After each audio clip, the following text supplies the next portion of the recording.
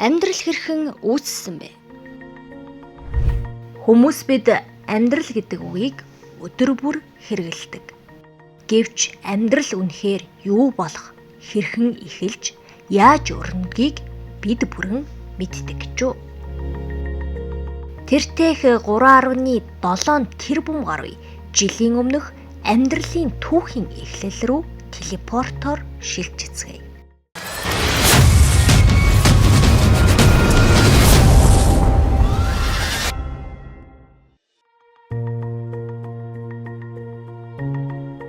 $3.7 тэрбум гаруй жилийн өмнө дэлхий маань одоогийнхоос тис өөр ур амьсгал ширүүн далай тэнгисийн гүнд эд буцалж байсан цаг. Тэнд анхны амьд биет игэл нэг эст бичил организм үсчээ.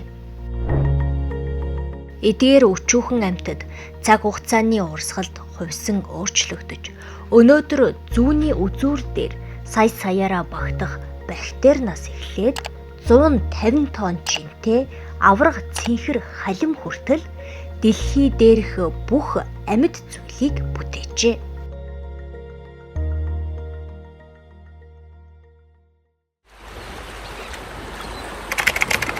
Амьдрал ба ус. Амьдралыг дитэгдэг бүхий л химийн урвал усан дотор явагддаг. Иймээс ус бол амьдралын их сурвалж. Магадгүй амьдрал анх далайн ёроолд халуун усны гүний их үүсвэрийн орчимд үүссэн байж болох юм.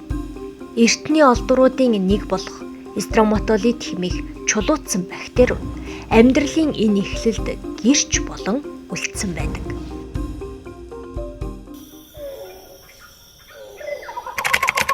Амьд организмын аймагуд. Амьд ертөнцийн гайхамшиг нь түүний олон янз байдалд оршдог. Өнөөдөр дэлхий дээр хоорондоо маш ялгаатай 2 сая гаруй төрөл зүйл байдаг бөгөөд эдгээр амьд организмуудыг шинжлэх ухаанд 7 аймагт хуваан ангилдаг. Амьтад. Амьтад нь бусад организмуудаар хоололдог. Тэд булчин, мэдрэлийн тогтолцоо мэдрэх хэрэгтэнтэй бөгөөд орчноо мэдэрч, хөдөлж, шийдвэр гаргах чадвартай. Жишээ нь арьсаас суулдаг мог, өнгөө хувиргадаг наймаалж, эсвэл өөрийн үр төлөө хамгаалдаг хүн гээд бүгд амьтны аймагт багтдаг. Ургамал. Ургамал нь нарны тусгал, ус, агаарын нүүрс төрөгчийн давхар эслийг ашиглан фотосинтез хийж өөртөө хэрэгтэй органик бодис буюу хоол үүсгэдэг. Өвс, мод, цэцэг, кактус бүгд амьдралын үндэс суурь. Учир нь тэд дэлхийн агаар мандалд хүчил төрөгчийг нийлүүлж амьтдын амьдралыг тэтгэдэг. Мөг. Мөг нь өөрийн эдэш тижээлийг органик бодисоос авдаг. Тэд үхсэн ургамал амьтдын үлдэгдлийг задлж газарт эрдэс бодис болгон буцааж өгдөг. Өөрөөр хэлбэл байгальд цэвэрлэгч үүрэгтэй.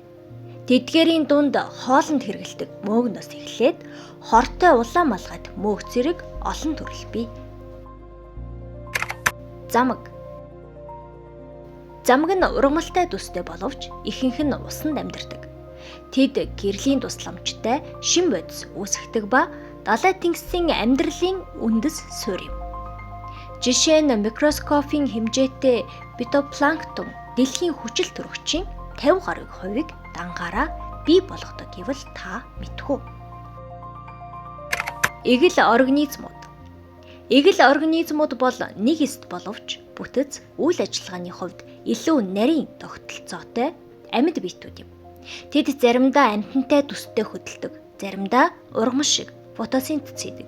Жишээ нь амиоб, Промециум, эвглен зэрэг микроскопийн амьтад усанд хөвөн амьдардаг. Тэд бол амьдралын шилжилтийн шатны төлөөлөл. Бактери.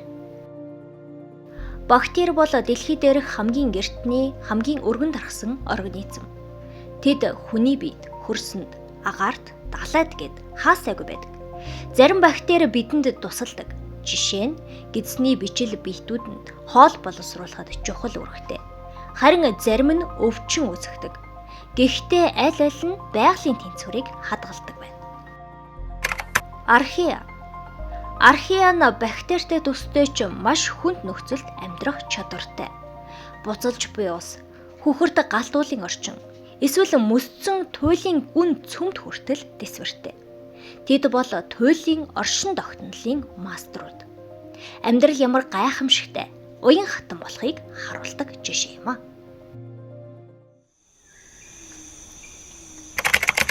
Амьд организмуудын нийтлэг шинж. Амьдрал өөрийн гэсэн дотоод хэмнэлтэй.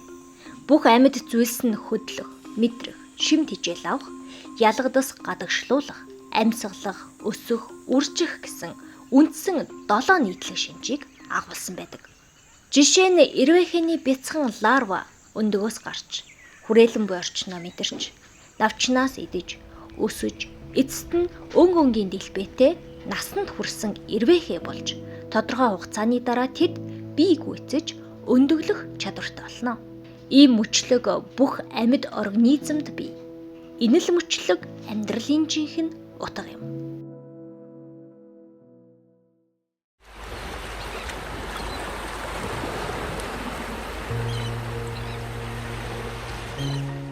Амьдрал бол байнгын урсгал. Байгаль өөрөө битсэн хамгийн агуу түүх.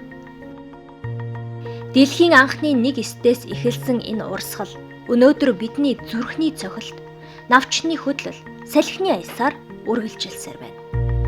Энэ бол оршихуй ба хувьсэл цувралын анхны дугаар.